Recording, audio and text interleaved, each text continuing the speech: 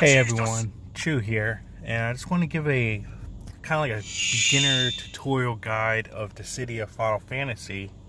There's a lot to this game that could be overwhelming at first, and hopefully I can explain some things and kind of guide you in the right step to get you going.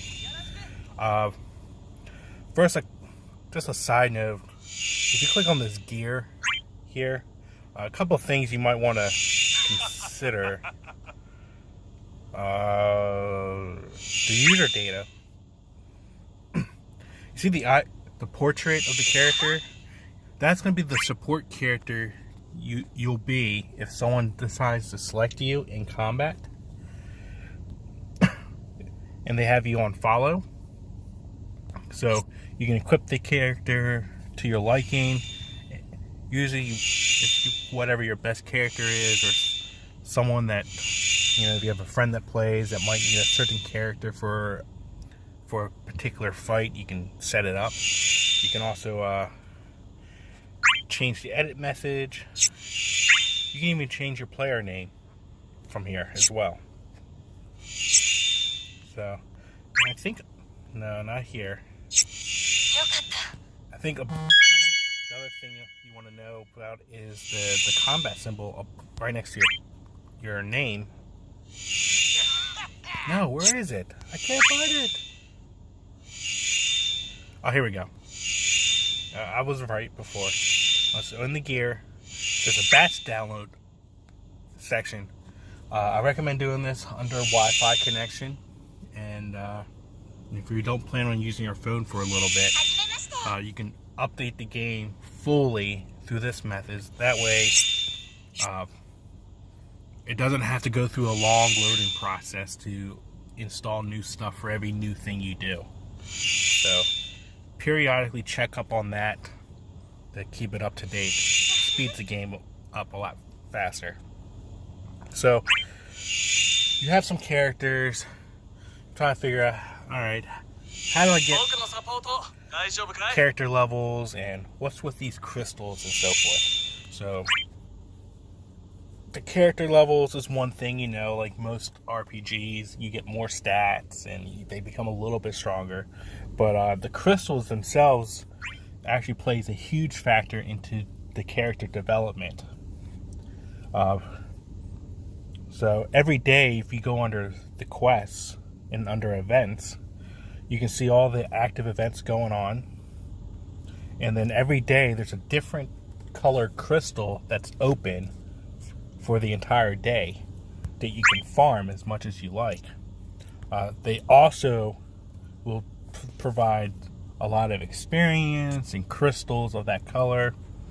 If you plan to do like a 30-minute session to just kind of grind it out and level up some characters and so forth, click on support items, and you can use items to buff yourself up for 30 minutes to give you double of the rewards of whatever you want, whether it be items or gil or experience or a combination of all three.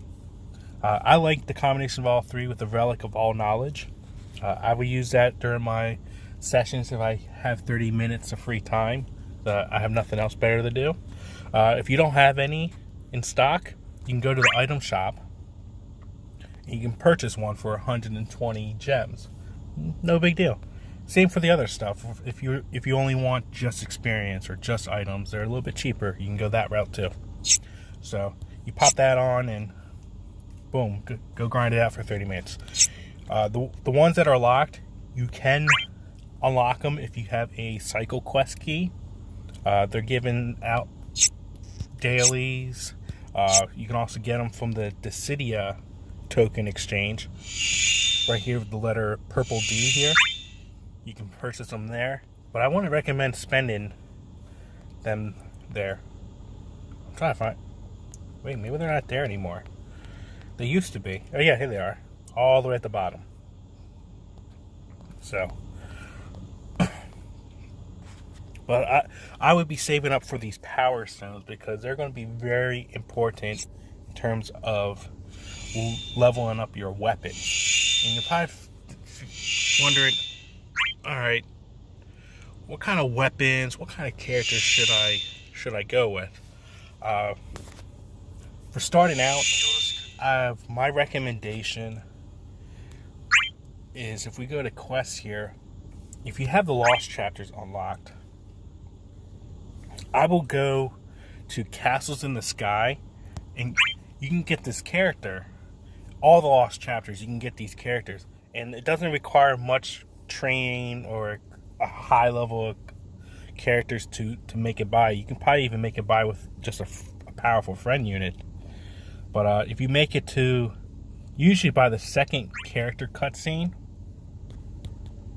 oh, it's not. Don't need to see it.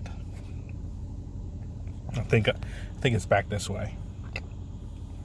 Yeah, so it starts here, right? Part 1. Yep, part 1. So usually, immediately after the first gold battle, the cutscene immediately after unlocks the character. So I recommend getting this character, which is Setzer.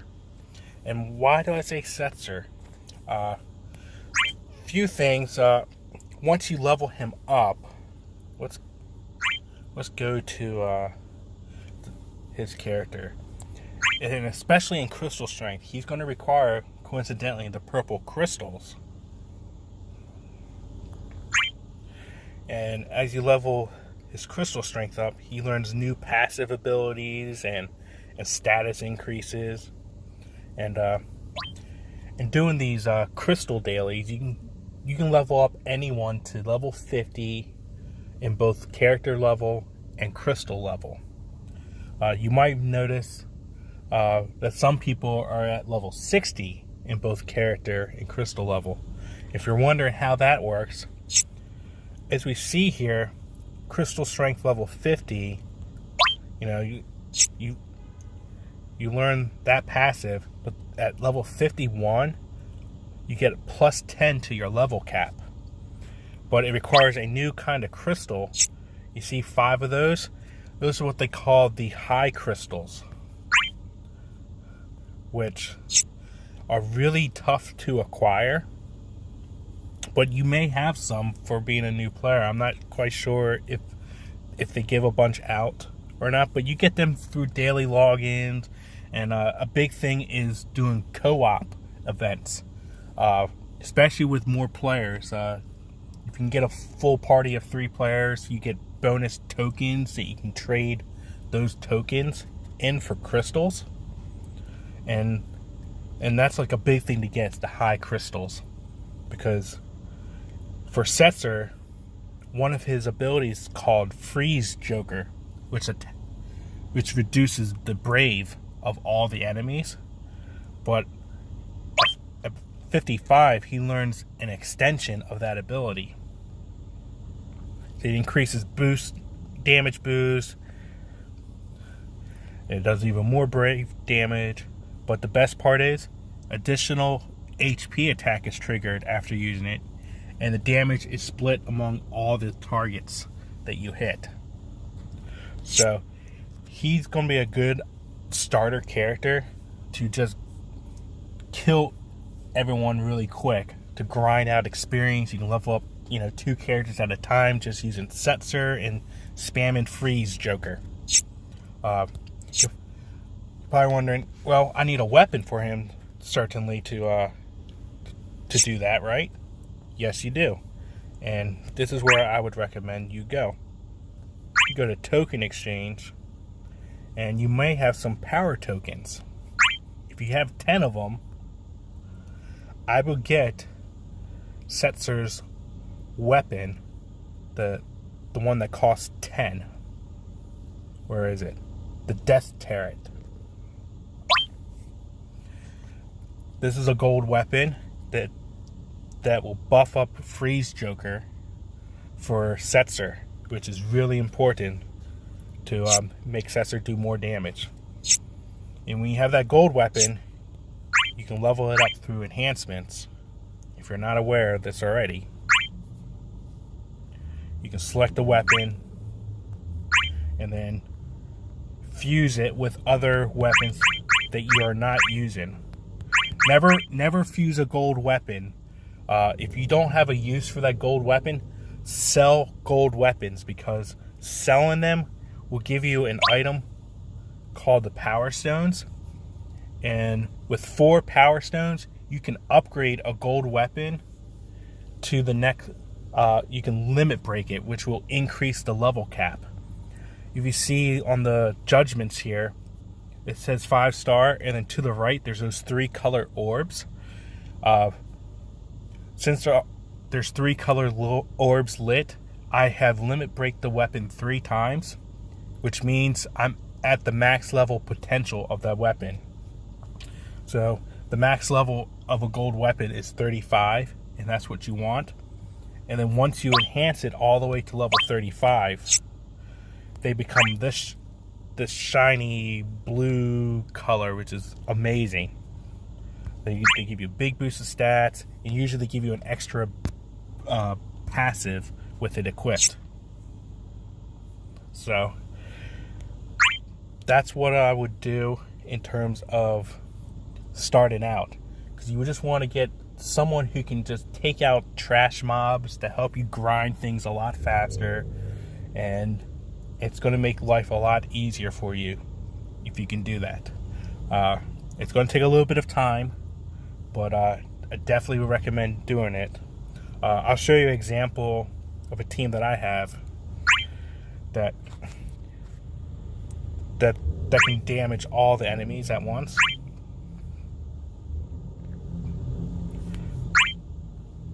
And I'll just do a quick one. And this is kind of the idea. So we begin the fight here.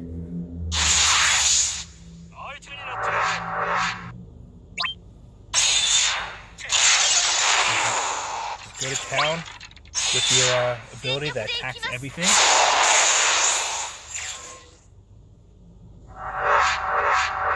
Oh, here's a good one.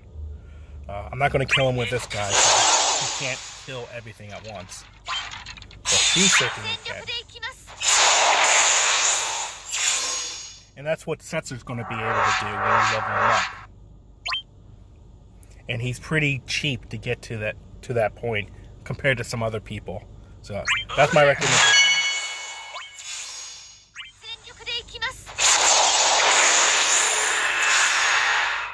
You see how quick that was? That's what you want to be able to do.